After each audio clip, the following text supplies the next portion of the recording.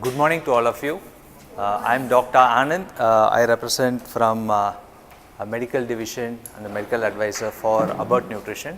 What I am going to touch today is about the tube feeding, which you are doing day to day, and what I will be touching upon is what are all the routes of feeding, how are you going to give this enteral formulas, what are the different formulas available in the market and how you are going to choose and how it is going to be given, how you are going to choose it and how you are going to administer also. So, each and every step I am just going to take you through. If you have any doubts, you can just ask me so that it is easier for us to have an interaction. So, what are the different routes of feeding? The first is the nasogastric, the second one is transpyloric, and then you have PEG. So, all these three are there. So, let me take you through individually. The first is the nasogastric.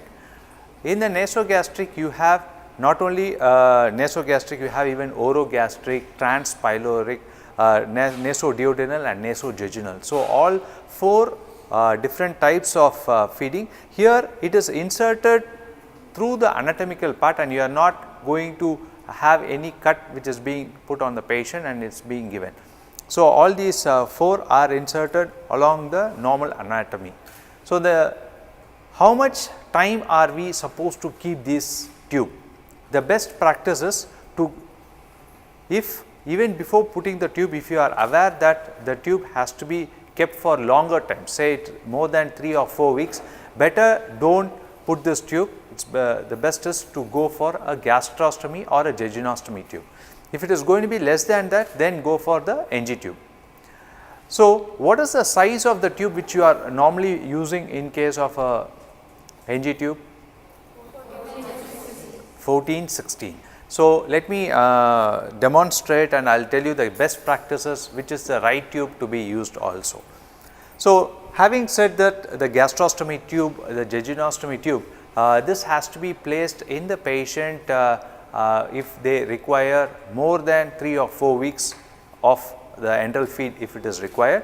So, in this diagram I have just put all the tubes together, right from gastrostomy. You can see here the NG tube, nasoduodenal, nasojejunal tubes, the gastrostomy tube and the jejunostomy tube. So, these are all the different tubes which are there. Then PEG. PEG, as you are aware that it is also put for a patient who requires the enteral feeding for more than 6 months or even a year. So, what happens is in case of a upper GI cancer or he is not having a esophagus, you cannot feed the patient. So, for them the best option is to put a PEG tube for them.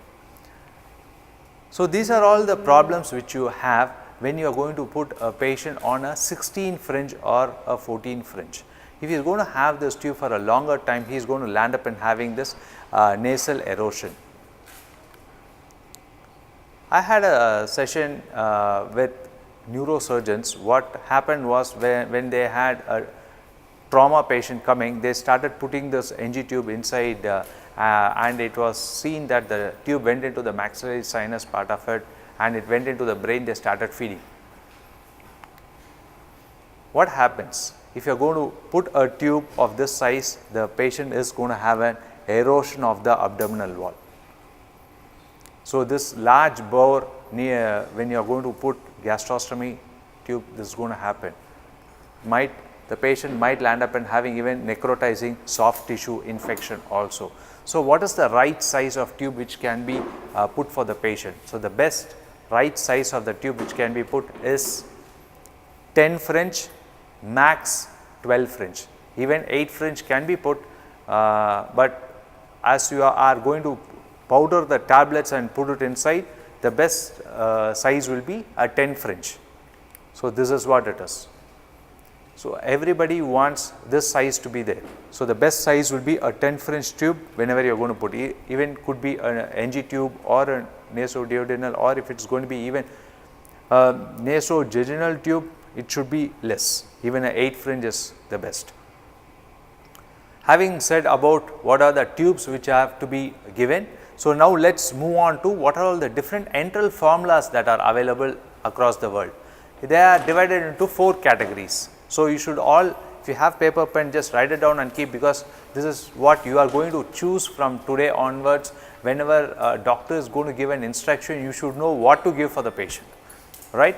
So, they are broadly divided into 4 categories. What are these 4 categories? Is polymeric, you have oligomeric, disease specific, and then modular. These are the 4 categories. So, in polymeric we have commercial and blend rice. You know what is blend rice? Have you heard of this term called blend rice? Anyone? Okay. Blend rice is, you will not find any paper anywhere across the world by the term kanji or a kitchen feed or your milk, whatever you prepare, all these things you will not find anywhere in the literature. So, what will be mentioned is blend rice, that is a term which will be used. So, this is what a blend rice is, all your kitchen feed and all that you are giving through the NG tube or whichever tube you are going to give, that is the blend rice. The commercial preparation, you know each and every, give me an example of a commercial preparation. Okay, everybody are aware of this, Ensure. Okay, so what I will do today is, I will touch on the product, I will give you example of Abbott products, whatever is available, so that it is a universal thing. Then if a patient is not able to tolerate the polymeric, then I will tell you which conditions you give oligomeric. Oligomeric is given in peptide based formulas, but what happens is, in a polymeric feed, the patient requires this polymeric, almost more than 95% of the patients require only a polymeric, only a few sect of patients require this oligomeric formula. Then comes the disease specific. Each and every disease there is a specific formula available. And then the last one is modular. You do have products like just protein, carbohydrate or fat is also available. Having said that, let me take you individually what is that you are going to choose for the patients, because first is polymeric. The polymeric, I told you there are 2 things, commercial and blend rice. This is given in patients who are undergoing a tube feeding, and what is the proportion it is present, the carbohydrate, protein, fat, are protein in 15 to 20%, carbohydrate 40 to 60% and fat 25 to 40%. So, having said that, what are all the products which are there in a polymeric? Let me start from childhood to the adult. When you are going to, child is born, that is a time where you have to give 0 to 6 months, you have Similac Advance stage 1. From 6 months to 2 years, Similac Advance stage 2. How much to give? 1 scoop in 30 ml water. Above 2 years, it is Pediasure. Pediasure from 2 years till 10 years. Then after that, if you are going to come to the adult age of it, you, as you all told me, Ensure. Ensure you are going to give it. That is 6 scoops in 190 ml of water. So, having said that, this is all the polymeric formulas which are available. And so, let me take you through the difference between a blend rice versus a commercial. Blend rice, as you know, you are giving a kanji or whatever you are preparing and giving maybe a soup or maybe a juice, those kind. And what is the difference between a commercial as a blend rice part?